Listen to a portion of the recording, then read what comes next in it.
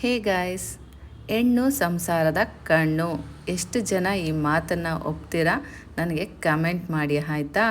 ಇದು 100ಕ್ಕೆ 100 ಸತ್ಯ ಗಾಯ್ಸ್. ಹೆಣ್ಣಿಗೆ ಎಷ್ಟೇ ನೋವಿರಲಿ ಅಥವಾ ಮನಸ್ಸಲ್ಲಿರ್ಬೋದು, ದೇಹದಲ್ಲಿರ್ಬೋದು, ಅವಳು ತೋರಿಸ್ಕೊಳ್ಳಲ್ಲ.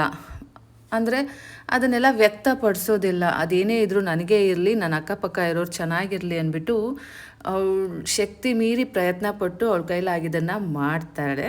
ಸೊ ಅದಕ್ಕೆ ಉದಾಹರಣೆಯಾಗಿ ನಾನೇ ಇರ್ಬೋದು ಅನಿಸುತ್ತೆ. ಏನಂತೀರಾ ಅನ್ನೋದನ್ನು ಕಮೆಂಟ್ ಮಾಡಿ ಆಯಿತಾ.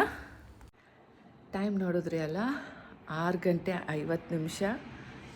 ನಾನು ಮಲ್ಕೊಂಡಾಗ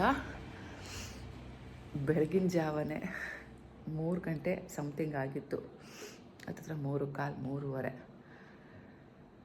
ಸೊ ನಾನು ಎದ್ದೊಳ್ಳೇಬೇಕು. ಬಿಕಾಸ್ ಬ್ರೇಕ್ಫಾಸ್ಟ್ ಬಂದು ನನ್ನ ಡಿಪಾರ್ಟ್ಮೆಂಟು. ಸೊ ಎಲ್ರಿಗೂ ತಿಂಡಿ ಮಾಡಿಕೊಡ್ಲೇಬೇಕು. ಸೊ ಬೇಗ ಎದ್ದೊಳ್ಳೇಬೇಕು. ಹಾಗಾಗಿ ನನಗೆ ಎಷ್ಟೇ ಲೇಟಾಗಿ ಮಲ್ಕೊಂಡ್ರೂ ಸಹ ಎಚ್ಚರ ಆಗಿಬಿಡುತ್ತೆ. ಆಗಲೇ ಎಚ್ಚರ ಆಗಿತ್ತು. ಸೊ ಆಗಲೇ ಎಲ್ಲ ಏನದು ನಂದು ರೆಗ್ಯುಲರ್ ಆ್ಯಕ್ಟಿವಿಟೀಸ್ ಇರುತ್ತೆ ಅಲ್ಲ, ಸೊ ಎಲ್ಲ ಮುಗಿಸ್ಕೊಂಡು ಬರೋ ಅಷ್ಟರಲ್ಲಿ ಇಷ್ಟೊತ್ತಾಯಿತು. ಸೊ ಬನ್ನಿ ಇವಾಗ ಕಿಚನ್ಗೆ ಹೋಗೋಣ. ಜೀವನವೇ ಇಷ್ಟೇ ಕಣೇ. Good morning guys. ಎಷ್ಟೇ ಕೆಲಸ ಇದ್ರೂ ನಮ್ಮ ಕೆಲಸನ ಮರಿಬಾರ್ದು. ಬನ್ನಿ ಹೋಗೋಣ. ಬಟ್ಟೆನ ನೆನೆ ಹಾಕ್ಬಿಡೋಣ ಆ್ಯಂಡ್ ಕರ್ಬೇವಿನ ಸೊಪ್ಪು ಇಟ್ಕೊಳ್ಳೋಣ. ಚಟ್ನಿ ಮಾಡೋದಿದೆ.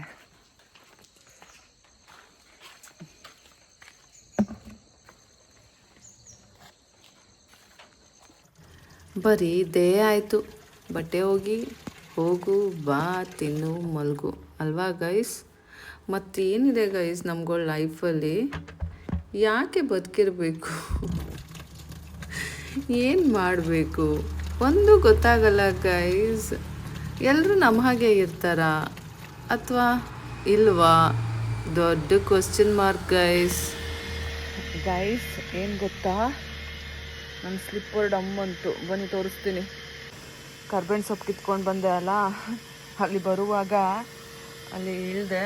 ಸೊ ನನ್ನ ಸ್ಲಿಪ್ಪರ್ ಡಮಾರ್ ಹೋಯ್ತು ಗಾಯ್ಸ್, ಹೋಯ್ತು.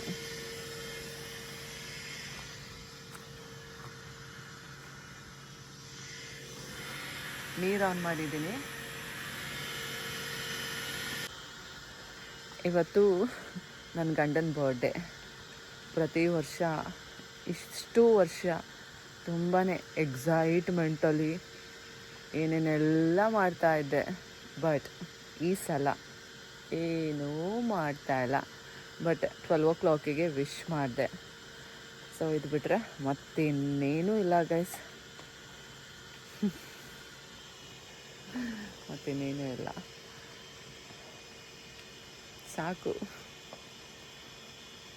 ನಾನು ಎಷ್ಟೇ ಮಾಡಿದ್ರೂ, ನಾ ಹೇಗೆ ಇದ್ರೂ, ಇಲ್ಲ ಅಂದ್ರೂ ನನ್ನ ವ್ಯಾಲ್ಯೂ, ನನಗೆ ಸಿಗೋ ಪ್ರತಿಫಲ ಏನು ಅಂತ ನನಗೆ ಗೊತ್ತಾಗೋಗಿದೆ. ಹಾಗಂದ್ಬಿಟ್ಟು ಇದೆಲ್ಲ ಅದ್ರ ಮೇಲೆ ಡಿಪೆಂಡ್ ಅಲ್ಲ. ನಾನೇ ಬೇಕಿಲ್ಲ, ನಾನೇ ಲೆಕ್ಕ ಇಲ್ಲ, ನನ್ನ ಅವಶ್ಯಕತೆಯೇ ಇಲ್ಲ ಅನ್ನೋರಿಗೆ ಏನು ಮಾಡಿದ್ರೂ ನೀರಲ್ಲಿ ಹೋಮ ಮಾಡಿದಾಗೆ. ಸೊ ಬೇಡ. ಅವರಿಗೆಲ್ಲಿ ಸುಖ ಇದೆ, ಅವರಿಗೆಲ್ಲಿ ನೆಮ್ಮದಿ ಇದೆ, ಅವರಿಗೆಲ್ಲಿ ಮೈಂಡ್ಗೆ ರಿಲ್ಯಾಕ್ಸೇಷನ್ ಸಿಗುತ್ತೆ. ಸೊ ಅವರು ಅವ್ರ ಜೊತೆ ಇರಲಿ, ಅವ್ರ ಜೊತೆ ಮಾತಾಡಲಿ, ಅವ್ರ ಜೊತೆನೇ ಯಾವಾಗಲೂ ಇರಲಿ. ಸೊ ಫೈನಲಾಗಿ ಒಬ್ಬರು ಮನಸ್ಸಿನ ನೆಮ್ಮದಿ ಮುಖ್ಯ. ಅದು ಅವನಿಗೆ ಎಲ್ಲಿ ಸಿಗುತ್ತಲ್ಲ ಅವನು ಅಲ್ಲೇ ಇರಲಿ. ಬನ್ನಿ.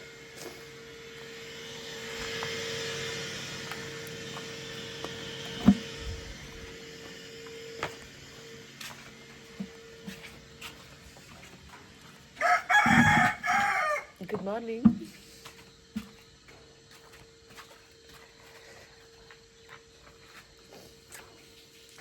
ನೀರು ತಪ್ಪು.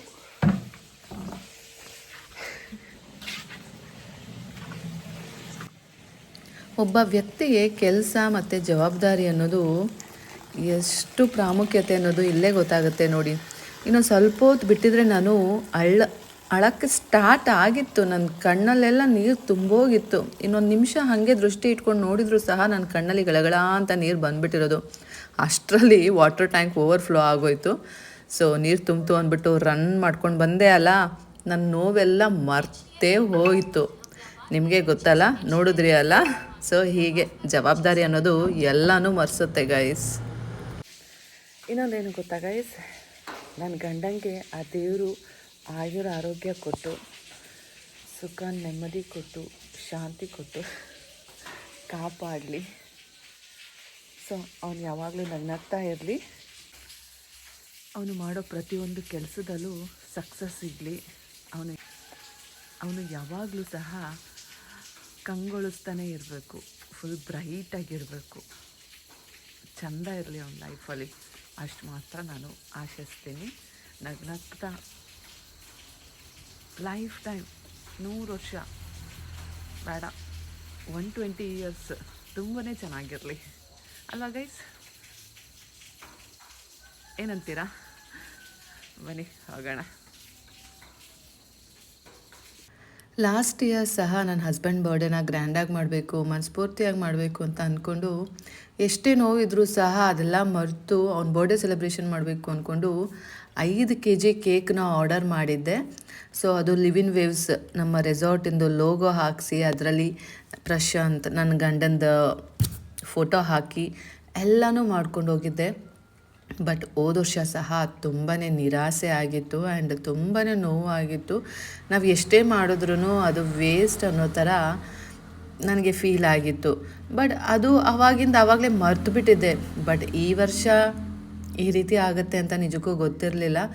ಬಟ್ ನನ್ನ ಮನಸ್ಸಿಗೆ ತುಂಬ ನೋವಾಗಿದೆ ಆ್ಯಂಡ್ ನಿಮಗೆ ಗೊತ್ತು. ಸೊ ನನಗೆ ಅನ್ನಿಸ್ಬಿಟ್ಟಿದೆ, ಏನು ಮಾಡಿದ್ರು ಅಷ್ಟೇ, ಲೈಫ್ ಇಷ್ಟೇ ಅಂತ.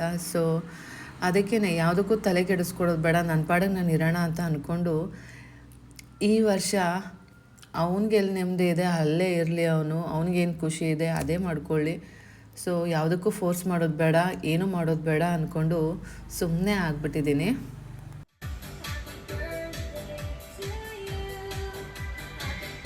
ನನ್ನ ಹಸ್ಬೆಂಡ್ ಪರಿಚಯ ಆಗಿದ್ದು ನನಗೆ 2009ರಲ್ಲಿ, ಅಂದರೆ 2009ಅಲ್ಲಿ. So 2009 September. ಸೊ ಅವಾಗಿಂದನೂ ಸಹ ನಾನು, ಅಂದರೆ ಡಿಸೆಂಬರಲ್ಲಿ ಅವನ ಬರ್ಡೇ. ಸೊ 2009 ಡಿಸೆಂಬರಿಂದನೂ ಸಹ ನಾನು ನನ್ನ ಹಸ್ಬೆಂಡ್ ಬರ್ಡೇನ ಸೆಲೆಬ್ರೇಷನ್ ಮಾಡ್ಕೊತಾನೇ ಬಂದಿದ್ದೀನಿ. ಸೊ 2024 ನಾನು ಕೊನೆಯದಾಗಿ ಸೆಲೆಬ್ರೇಷನ್ ಮಾಡಿದ್ದು ನನ್ನ ಹಸ್ಬೆಂಡ್ ಬರ್ಡೇನ. 2025ಅಲ್ಲಿ ಸೆಲೆಬ್ರೇಷನ್ ಮಾಡಬಾರ್ದು ಅಂತ ಏನು ಅಂದ್ಕೊಂಡಿರಲಿಲ್ಲ. ಆದರೆ ಮನಸ್ಸಿಗೆ 24ಅಲ್ಲೇ ನೋವಾಗಿತ್ತು. ಅದನ್ನಾಗಲೇ ಮರೆತು ಸಹ ಬಿಟ್ಟಿದ್ದೆ. ಬಟ್ ಪದೇ ಪದೇ ತುಂಬ ವಿಷಯಗಳು ಬಂದಿದ್ದರಿಂದ, ಸೊ ಏನೇನೋ ಆಗಿದ್ದರಿಂದ ಈ ಸಲ ಯಾಕೋ ಮನಸ್ಸು ಗಟ್ಟಿ ಮಾಡಿಕೊಂಡು ನಾನು ಸೆಲೆಬ್ರೇಷನ್ ಮಾಡ್ತಾ ಇಲ್ಲ. ಸೊ ಇದು ಈ ವರ್ಷದ ವಿಶೇಷ ಗೈಸ್. ಶ್ವೇತಾ ಇಷ್ಟು ಚೇಂಜ್ ಆಗೋದ್ಲ ಅಂತ ಅಂದ್ಕೊಳ್ಳೋರು ಅನ್ಕೋಬೋದು, ಅಥವಾ ಪರಿಸ್ಥಿತಿಗೆ ತಕ್ಕಂತೆ ನಾನು ನಡ್ಕೊತಾ ಇದ್ದೀನಿ ಅಂತಲೂ ಅನ್ಕೋಬೋದು, ಅಥವಾ ನನ್ನ ಮನಸ್ಸಿಗೆ ಎಷ್ಟು ನೋವಾಗಿದೆ ಅಂತ ಅರ್ಥ ಮಾಡ್ಕೊಳ್ಳೋರು ಸಹ ಅರ್ಥ ಮಾಡ್ಕೋಬೋದು. ಸೊ ಯಾವುದೋ ಒಂದು ಏನೋ ಒಂದು ಆಗೋದೆಲ್ಲ ಒಳ್ಳೆಯದಕ್ಕೆ. ಏನೇನು ಆಗ್ತಾಯಿದೆಯೋ, ಏನೇನು ಆಗಿದೆಯೋ ಪ್ರತಿಯೊಂದು ಸಹ ಒಳ್ಳೆಯದಕ್ಕೆ ಅಂತ ಅಂದ್ಕೊಂಡು ಮುನ್ನುಗ್ತಾ ಇದ್ದೀನಿ. That's it. ಯಾಕೋ ನನ್ನ ಮನಸ್ಸು ಸರಿಗಿಲ್ಲ ಆಗಿತ್ತು ಅಲ್ಲ, ಹಾಗಾಗಿ ನಾನು ನನ್ನ ಹಸ್ಬೆಂಡ್ ಬರ್ಡೇಗೆ ಅಂತ ಏನೂ ತರಲಿಲ್ಲ. ಬಟ್ ಆ ದೇವರಿಗೆ ಇಷ್ಟ ಆಗಿಲ್ಲ ಅನಿಸುತ್ತೆ ಅದು. ಅದಕ್ಕೇ ನನಗೆ ಗೊತ್ತಿಲ್ಲದ ಹಾಗೆ ನನ್ನ ಹತ್ರ ಒಂದು ಸ್ವೀಟ್ ಬಾಕ್ಸ್ನ ಕಳಿಸ್ಕೊಟ್ಟಿದ್ದಾರೆ. ಸೊ ಅದು ನನ್ನ ಸಬ್ಸ್ಕ್ರೈಬರ್ ಮುಖಾಂತರ. ಸೊ ಅವ್ರು ತಂದುಕೊಟ್ಟಿದ್ದ ಸ್ವೀಟ್ ಬಾಕ್ಸು ನನಗೆ ಅಂತ ಆದರೂ, ಬಟ್ ನಾನು ಇದನ್ನು ನನ್ನ ಹಸ್ಬೆಂಡಿಗೆ ನಾನು ಫಸ್ಟ್ ತಿನ್ನಿಸಿದ್ದು. ಬಿಕಾಸ್ ನಂದಾದ್ರೇನು ಯಾರ್ದಾದ್ರೇನು ನಂದು ಎಲ್ಲ ನನ್ನ ಹಸ್ಬೆಂಡ್ದೆ. ಸೊ ಹಾಗಾಗಿ ನನ್ನ ಸಬ್ಸ್ಕ್ರೈಬರು ನನಗೆ ಅಂತ ತಂದಿದ್ದ ಸ್ವೀಟ್ ಬಾಕ್ಸ ನಾನು ನನ್ನ ಹಸ್ಬೆಂಡ್ ಬರ್ಡೇಗೆ ಅಂತ ಯೂಸ್ ಮಾಡಿದೆ. ಸೊ ಅದೊಂದು ನನಗೆ ತುಂಬ ಖುಷಿ ಕೊಡ್ತು. ಆ್ಯಕ್ಚುಲಿ ಈ ಬೇಜಾರು ಮಧ್ಯೆನೂ ಸಹ ಅದೊಂದು ವಿಷಯ ನನಗೆ ತುಂಬಾ ಇಷ್ಟ ಆಯಿತು. ಹೇಗೋ ಒಂದು ನನ್ನ ಹಸ್ಬೆಂಡ್ ಬರ್ಡೇಗೆ ಸ್ವೀಟ್ ಸಿಕ್ತು. ಸೊ ಅದೇ ಒಂದು ಹ್ಯಾಪಿ ನ್ಯೂಸ್. ಒಳ್ಳೇದು ಮಾಡೋರಿಗೆ ಒಳ್ಳೆಯದೇ ಆಗತ್ತೆ ಅನ್ನೋದು ಇನ್ನೊಂದು ಸಲ ಪ್ರೂವ್ ಆಗಿದೆ. ಕೆಟ್ಟದಾಗಬಾರ್ದು ಅಂತ ಇಲ್ಲ, ಆಗತ್ತೆ, ಬಟ್ ಸ್ವಲ್ಪ ಪ್ರಮಾಣದಲ್ಲಿ ಕೆಟ್ಟದಾಗ್ಬೋದು ಅಂತ ಹೇಳ್ತೀನಿ. ಸೊ ಅದು ಬಿಟ್ಟರೆ ಒಳ್ಳೆಯವರಿಗೆ ಯಾವತ್ತೂ ಒಳ್ಳೆಯದೇ ಆಗತ್ತೆ. ಸ್ವಲ್ಪ ತಡ ಆದರೂ ಸಹ ಒಳ್ಳೆಯದೇ ಆಗತ್ತೆ. ಸೊ ದೇವ್ರ ಮೇಲೆ ನಂಬಿಕೆ ಇಡಿ. ದೇವರು ಒಂದಲ್ಲ ಒಂದ್ರ ಮುಖಾಂತರ ಒಳ್ಳೇದು ಮಾಡೇ ಮಾಡ್ತಾನೆ guys. Trust him, that's it. ನಿಮಗೆಲ್ಲರಿಗೂ ಚೆನ್ನಾಗಿ ಗೊತ್ತು ನಾನು ಎಷ್ಟೊಂದು ಸ್ವೀಟ್ಸ್ ತಿಂತೀನಿ, ಎದ್ದು ಬಿದ್ದು ಸ್ವೀಟ್ಸ್ ತಿಂತಾನೇ ಇರ್ತೀನಿ. ನನ್ನ ಹಸ್ಬೆಂಡ್ ಎಷ್ಟೊಂದು ಸ್ವೀಟ್ಸ್ ತಂದು ಕೊಡ್ತಾನೆ ಅಂತ.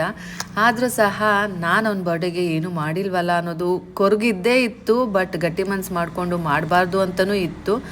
ಬಟ್ ಆ ದೇವ್ರಿಗೆ ಅದು ಇಷ್ಟ ಆಗಿಲ್ಲ ಅನಿಸುತ್ತೆ. ಹಾಗಾಗಿ ನನ್ನ ಸಬ್ಸ್ಕ್ರೈಬರ್ ಮುಖಾಂತರ ಆ ದೇವರು ನನಗೆ ಸ್ವೀಟನ್ನು ಕಳಿಸ್ಕೊಟ್ಟಿದ್ದಾರೆ, ಹೋಗಿ ನಿನ್ನ ಗಂಡಂಗೆ ಒಂದು ಸ್ವೀಟ್ ಆದರೂ ತಿನ್ನಿಸು ಅಂತ.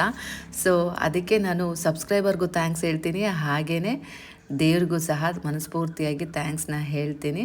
ಆ್ಯಂಡ್ ಇದೇ ಸ್ವೀಟನ್ನು ನಾನು ನನ್ನ ಹಸ್ಬೆಂಡ್ಗೆ ಅವನು ಪೂಜೆ ಮಾಡ್ಕೊಂಡು ಬಂದಮೇಲೆ ನಾನೇ ಮೊದಲನೇದಾಗಿ ಸ್ವೀಟ್ನ ತಿನ್ನಿಸ್ದೆ.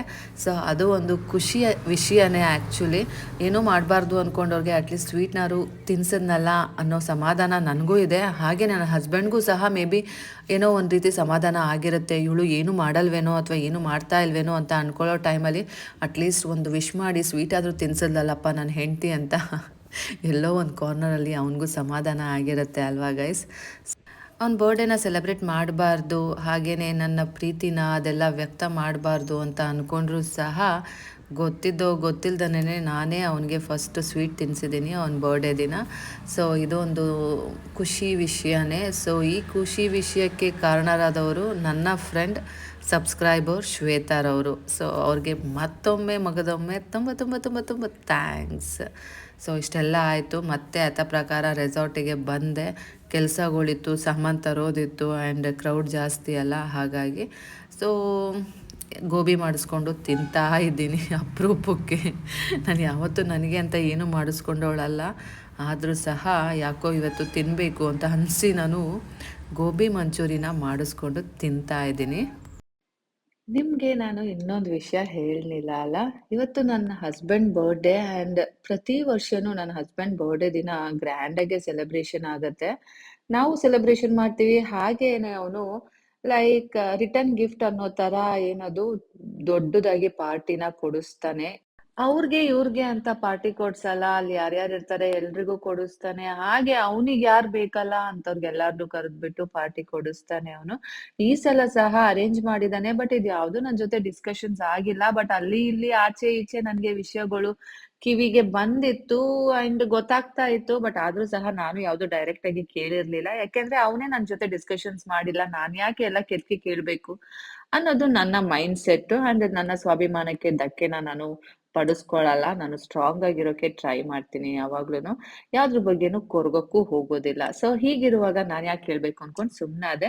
ಬಟ್ ಲಿವ್ ಇನ್ ವೇವ್ಸ್ ಜವಾಬ್ದಾರಿ ಇದ್ದಿದ್ದರಿಂದ ನಾನು ಅವತ್ತಿನ ದಿನ ಬಂದೆ. ಹಾಗೆ ನನ್ನ ಕೆಲಸನ ಮುಗಿಸ್ಕೊಂಡು 12 ಗಂಟೆ ಹಂಗೆ ನಾನು ವಾಪಸ್ ಹೋದೆ. ಬಟ್ ಪ್ರತಿ ಸಲ ಹೀಗೆ ಆಗತ್ತೆ. ನನ್ಗೆ ಸೆಲೆಬ್ರೇಷನ್ ಮಾಡೋ ಮೂಡೇ ಇರಲ್ಲ, ಅಷ್ಟ್ರಲ್ಲಿ ಏನೇನಾರು ಆಗೇ ಹೋಗಿರತ್ತೆ. ಈ ಸಲ ಸಹ ತುಂಬಾ ಕ್ರೌಡ್ ಇತ್ತು. ದ ಥಿಂಗ್ ಈಸ್, ನಾನು ಅಲ್ಲಿ ಎಲ್ರು ಬೇರೆಯವರೆಲ್ಲರೂ ಆಕ್ಚುಲಿ ಕೇಕ್ ತರ್ತಾರೆ. ಅವ್ರನ್ನ ನನ್ನ ಹಸ್ಬೆಂಡ್ ರಿಲೇಟಿವ್ಸ್ ಎಲ್ಲ ಕೇಕ್ ತರ್ತಾರೆ. ಹಾಗಾಗಿ ನಾನೇನ್ ಕೇಕ್ ತರೋದ್ ಬೇಡ ಅಂತಾನು ಅನ್ಕೊಂಡಿದ್ದು ಉಂಟು. ಸೊ ಅವರೇ ಸೆಲೆಬ್ರೇಷನ್ ಮಾಡ್ತಾರಲ್ಲ, ಅದ್ರಲ್ಲೇ ಜೈ ಅನ್ಸೋಣ ಅಂತ ಅನ್ಕೊಂಡಿದ್ದು ಉಂಟು. ಅದಕ್ಕೋಸ್ಕರ ನಾ ಕೇಕ್ ಸಹ ಈ ಸಲ ತಂದಿಲ್ಲ. ಬಟ್ ಈ ಸಲ ಏನಾಯ್ತು, ಅವ್ರ ರಿಲೇಟಿವ್ಸ್ ಕೇಕ್ ತಂದಿದ್ದಾರೆ, ಬಟ್ ಅವರು ಸೆಲೆಬ್ರೇಷನ್ ಸಹ ಮಾಡಿದ್ದಾರೆ. ಇದು ಯಾವ್ದು ನನ್ ಮಗನ್ ಗಮನಕ್ಕೆ ಬಂದಿಲ್ಲ. ನಾನು ನನ್ ಮಗ ಅದೇ ಸ್ಪಾಟ್ ಅಲ್ಲಿ ಇದ್ದೀವಿ. ಸೊ ನನ್ ಮಗ ಆಮೇಲೆ ಹೇಳ್ದ, ಅಮ್ಮ ಅವರು ಅಲ್ಲೇ ಪಪ್ಪನ್ ಕರೆದ್ಬಿಟ್ಟು ಕಟ್ ಮಾಡಿದ್ರು ಕೇಕ್‌ನ ಅಂತ. ಓ ಹೌದಾ ಅಂತ ಅನ್ಕೊಂಡೆ. ಸೊ ಇರ್ಲಿ ಬಿಡು ಮಗನೇ ಅಂತ. ಬಟ್ ನನ್ನ ಹಸ್ಬೆಂಡ್‌ದು ಒಂದು ವಿಷಯ ನನ್ಗೆ ಇಷ್ಟ ಆಗ್ಲಿಲ್ಲ. ಪ್ರತಿ ಸಲ ನಾ ಕೇಕ್ ತಂದಾಗ್ಲೂ ಸಹ ಅವ್ರು ಬರ್ಲಿ, ಇವ್ರು ಬರ್ಲಿ, ಒಟ್ಟಿಗೆ ಕಟ್ ಮಾಡೋಣ ಅಂತ ನನಗೆ ಹೇಳ್ತಾ ಇದ್ದ. ಬಟ್ ಈ ಸಲ ಬೇರೆ ಯಾರೋ ಅವರು ಕೇಕ್ ತಂದು ಕಟ್ ಮಾಡಿಸುವಾಗ ನನ್ ಹೆಂಡತಿ ಬರ್ಲಿ, ನನ್ ಮಗ ಬರ್ಲಿ, ಅವ್ರನ್ನು ಕರಿಯೋಣ ಅಂತ ಅವ್ನ್ಗೆ ಅನ್ನಿಸ್ಲಿಲ್ವಾ ಅನ್ನೋದು ನನ್ಗೆ ದೊಡ್ಡ ಕ್ವೆಶ್ಚನ್ ಮಾರ್ಕು. ಇದೆ ನಾನು ಹತ್ರ ಕೇಳ್ಬೇಕು ಅಂತಾನು ಅನ್ಕೋತೀನಿ, ಬಟ್ ಕೇಳಿ ಪ್ರಯೋಜನ ಇಲ್ಲ ಅಂತಾನು ನನಗೆ ಗೊತ್ತು. ಸುಮ್ನೆ ಕಿರಿಕ್ ಮಾಡ್ತಾನೆ, ಜಗಳ ಮಾಡ್ತಾನೆ. ಸೊ ಹಾಗಾಗಿ ನನ್ ಮನ್ಸಿಗೆ ನಾನು ಕ್ವೆಶ್ಚನ್ ಮಾರ್ಕ್ ಮಾಡ್ಕೊಂಡಿದ್ದೀನಿ. ಅದು ಹಾಗೇ ಇದೆ. ಬಟ್ ಎಲ್ಲಾನು ಮಾಡ್ತಾನೆ, ನಾವೇನಾದ್ರೂ ಮಾಡುವಾಗ ಅವ್ರು ಬರ್ಲಿ, ಇವ್ರು ಬರ್ಲಿ ಅಂತ ಹೇಳ್ತಾನೆ. ಬಟ್ ಬೇರೆ ಯಾರೋ ಅವ್ನ್ಗೆ ಏನೋ ಮಾಡುವಾಗ ಅವನ ಜೊತೆ ಸೆಲೆಬ್ರೇಷನ್ಸ್ ಮಾಡಿಸುವಾಗ ಮಗ ಅಲ್ಲೇ ಇದ್ದಾನೆ, ಹೆಂಡತಿ ಅಲ್ಲೇ ಇದ್ದಾನೆ, ಅವ್ರನ್ನು ಕರಿಯೋಣ, ಅವರೂನು ಕೇಕ್ ಕಟ್ಟಿಂಗ್ ಮಾಡುವಾಗ ಅಕ್ಕಪಕ್ಕ ಇರ್ಲಿ ಅನ್ನೋ ಮನ್ಸು ಅವನಿಗೆ ಯಾಕೆ ಬಂದಿಲ್ಲ ಅಥವಾ ಯಾಕೆ ಆ ದೇವ್ರು ಕೊಡ್ಲಿಲ್ಲ ಅನ್ನೋದೇ ನನಗೆ ಗೊತ್ತಾಗ್ಲಿಲ್ಲ. ಬಟ್ ಸ್ಟಿಲ್ ಇದೆಲ್ಲ ಒಂದು ಲರ್ನಿಂಗ್ಸು ಮತ್ತೆ ಇದೆಲ್ಲ ಒಂದು ಎಕ್ಸ್ಪೀರಿಯನ್ಸ್. ಸೊ ನನ್ ಗಂಡ ಹೀಗ್ ಮಾಡ್ದ ಅನ್ಬಿಟ್ಟು ಖಂಡಿತವಾಗ್ಲೂ ನಾನ್ ಕೊರ್ಗೋದಿಲ್ಲ. ಬಟ್ ಈ ರೀತಿ ಆಯ್ತು ಅಂತ ನನ್ ಮನ್ಸಿಗೆಲ್ಲೋ ಒಂದ್ ಕಾರ್ನರ್ ಅಲ್ಲಿ ಆವತ್ತಿನ ದಿನ ದುಃಖ ಆಯ್ತು. ಅಂಡ್ ನಾನ್ ಖಂಡಿತ ಹೇಳ್ತೀನಿ, ನಾನು ಅಲ್ಲಿ ಏನ್ ಮಾಡಿದ್ರಲ್ಲ ಮಟನ್ ಬಿರಿಯಾನಿ ಆಗಿರ್ಬೋದು, ಇನ್ನೇನೋ ಕಬಾಬ್ ಆಗಿರ್ಬೋದು, ಅದ್ಯಾವ್ದು ಸಹ ನಾನ್ ತಿಂದೂ ಇಲ್ಲ. ಯಾಕ್ ತಿನ್ನಲ್ಲ ಅಂತಾನೂ ಕೇಳ್ಬೋದು. ನನ್ಗೆ ಏನೋ ನನ್ ಸ್ವಾಭಿಮಾನಕ್ಕೆ ಅದು ಅಡ್ಡ ಅಂತ ಅನ್ಸತ್ತೆ. ಹಾಗಾಗಿ ನನ್ಗದ್ರ ಅವಶ್ಯಕತೆ ಇಲ್ಲ ಅನ್ನಿಸ್ತು. ಸೊ ತಿಂದಿಲ್ಲ. ಸೊ ಇಷ್ಟಾಯ್ತು ನನ್ನ ಹಸ್ಬೆಂಡ್ ಬರ್ಡೇ ಹೀಗಿತ್ತು ಗೈಸ್. ಅಂತೂ ಇಂತೂ ನನ್ನ ಹಸ್ಬೆಂಡ್ ಬರ್ಡೇ ಹೀಗಾಯ್ತು ಗೈಸ್. ಸೊ ಇದಿಷ್ಟು ಅವನ ಬರ್ಡೇದು ದಿನದ ವ್ಲಾಗ್. ಸೊ ನನಗೆ ಈ ರೀತಿ ಅನ್ಸಿದ್ದು, ನಿಮಗೆ ಏನಾದ್ರೂ ಅದು ತಪ್ಪು ಅನ್ಸಿದ್ಯಾ ಅಥವಾ ಏನು ಅಂತ ನನಗೆ ಕಮೆಂಟ್ ಮಾಡಿ. ನನಗೆ ಕ್ವಶನ್ ಮಾರ್ಕ್ ಯಾವಾಗ್ಲೂ ಇದ್ದೇ ಇರತ್ತೆ. ಬಟ್ ನನ್ನ ಕ್ವಶನ್ ಮಾರ್ಕ್ನ ಅವನ ಮೇಲೆ ಹಾಕಿ ನಾನು ಮತ್ತೆ ಅದನ್ನೆಲ್ಲ ರಾಡಿ ಮಾಡಕ್ಕೆ ಇಷ್ಟಪಡಲ್ಲ. ಅವ್ರವ್ರ ಲೈಫ್ ಅವ್ರವ್ರಿಗೆ ಅಂತ ಹೇಳಿ ನಾನು ಅವ್ರವ್ರ ಸ್ಪೇಸ್ನ ಅವ್ರವ್ರಿಗೆ ಕೊಟ್ಬಿಟ್ಟಿದ್ದೀನಿ. ಸೊ ಹಾಗಾಗಿ ಯಾವ್ದಕ್ಕೂ ತಲೆ ಕೆಡಿಸ್ಕೊಳ್ದೇನೆ ನಾನು ನನ್ನ ಪಾಡಿಗೆ ಇರೋಕೆ ಇಷ್ಟಪಡ್ತೀನಿ. ಈಗಿನ ದಿನಗಳಂತೂ ನೋಡಿದೀರಾ, ನನ್ಗೆ ನನ್ ಬಗ್ಗೆ ಯೋಚನೆ ಮಾಡೋಕೆ ಟೈಮ್ ಇಲ್ಲ. ಯಾವಾಗ್ಲೂ ರೆಸಾರ್ಟ್ ಕೆಲಸ ಅಂದ್ಬಿಟ್ಟು ಬ್ಯುಸಿ ಆಗಿರ್ತೀನಿ. ಮುಂಚೆನೂ ಅಷ್ಟೇನೆ, ನನಗೆ ಕೆಲಸ ಇಲ್ಲ ಅಂದ್ರೂ ಸಹ ಇನ್ಸ್ಟಾಗ್ರಾಮ್ ಅನ್ನೋ ಒಂದು ಮಾಡ್ಕೊಂಡು ನನ್ನನ್ನ ನಾನು ಬ್ಯುಸಿಯಾಗಿ ಇಟ್ಕೊಳ್ಳೋಕೆ ಟ್ರೈ ಮಾಡ್ತಾ ಇದ್ದೆ. ಈಗ ಇನ್ಸ್ಟಾಗ್ರಾಮ್ ಸಹ ಮಾಡ್ತಾ ಇಲ್ಲ, ಯೂಟ್ಯೂಬ್ ಸಹ ಮಾಡ್ತಾ ಇಲ್ಲ. ಮತ್ತೆಲ್ಲಿರ್ತೀನಿ ಅಂದ್ರೆ ಶ್ವೇತಾ ಸಂತೆಲಿರ್ತೀನಿ, ಇಲ್ಲ ಅಂದ್ರೆ ರೆಸಾರ್ಟ್ ಅಲ್ಲಿ ಇರ್ತೀನಿ. ಅಷ್ಟು ಬಿಟ್ರೆ ಮತ್ತಿನ್ನೆಲ್ಲೂ ಇರೋಕೆ ಸಾಧ್ಯನೇ ಇಲ್ಲ ಗೈಸ್. ಸೊ ಇದು ಇವತ್ತಿನ ಕತೆ ಹೀಗಿತ್ತು. ನಿಮ್ಗೆ ಹೇಗ್ ಅನ್ನಿಸ್ತು ಅಂತ ನನ್ಗೆ ಕಮೆಂಟ್ ಮಾಡಿ. ನಿಮ್ ಲೈಫಲ್ಲೂ ಈ ರೀತಿಯಾದ ಅನುಭವಗಳಾಗಿದಾವ ಅಥವಾ ಮುಂದೆ ಆಗೋದಿದ್ರೆ ಇದನ್ನ ನೋಡಿ ಲರ್ನಿಂಗ್ಸ್ ಅಂತ ಕಲ್ತ್ಕೊಳ್ಳಿ, ಎಕ್ಸ್ಪೀರಿಯನ್ಸ್ ಮಾಡಿ. ಯಾವ್ದಕ್ಕೂ ತಲೆ ಕೆಡಿಸ್ಕೋಬೇಡಿ, ಆಗೋದೆಲ್ಲ ಒಳ್ಳೇದಕ್ಕೆ. ಸೊ ಯಾವ್ದೂ ಲಾಸ್ ಇಲ್ಲ, ಯಾವ್ದೂ ಗೇನ್ ಇಲ್ಲ. ಪ್ರೀತಿ ಪ್ರೇಮ ಎಲ್ಲ ನಶ್ವರ ಅಂತ ಅನ್ಸುತ್ತೆ ಗೈಸ್. ಹ್ಮ್ ಇಷ್ಟೇ. ಸೊ ಬ್ಲಾಗ್ ಹೇಗೆ ಅನಿಸ್ತು ಅಂತ ಕಮೆಂಟ್ ಮಾಡಿ, ಹಾಗೆ ಲೈಕ್ ಮಾಡಿ, ಹಾಗೆ ಕಮೆಂಟ್ ಮಾಡಿ ಗೈಸ್. ಹಾಗೆ ನಿಮ್ ಪ್ರೀತಿ ವಿಶ್ವಾಸ ಯಾವಾಗಲೂ ನನ್ ಮೇಲೆ ಇರ್ಲಿ. ಗುಡ್ ನೈಟ್, ಶುಭರಾತ್ರಿ, ಲವ್ ಯು ಆಲ್.